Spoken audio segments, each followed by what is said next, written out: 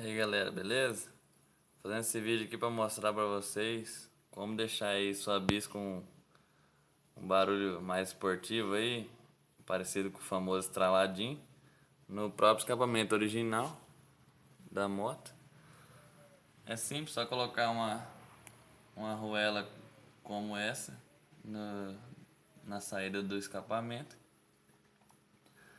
Claro que o barulho muda conforme a posição dessa arruela, né?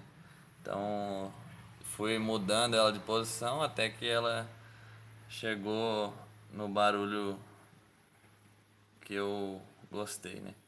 Que ficou um barulho até alto e bem parecido com o estraladinho. Quem vê na rua pensa que é estraladinho mesmo. Então aí, se colocar parecido com essa posição, acho que o barulho vai ser o mesmo. É uma arruela de ferro mesmo, não é de alumínio não.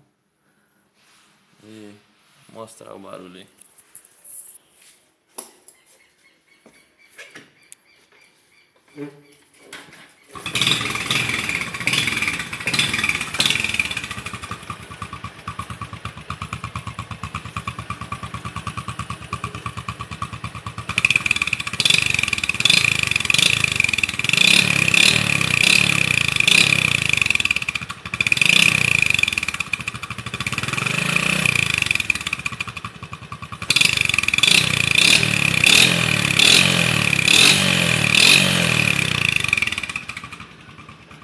Então é isso aí, pessoal. Quem quiser dar uma mudada aí na bis, deixar com um barulho diferente, uma simples arruela pode mudar muita coisa.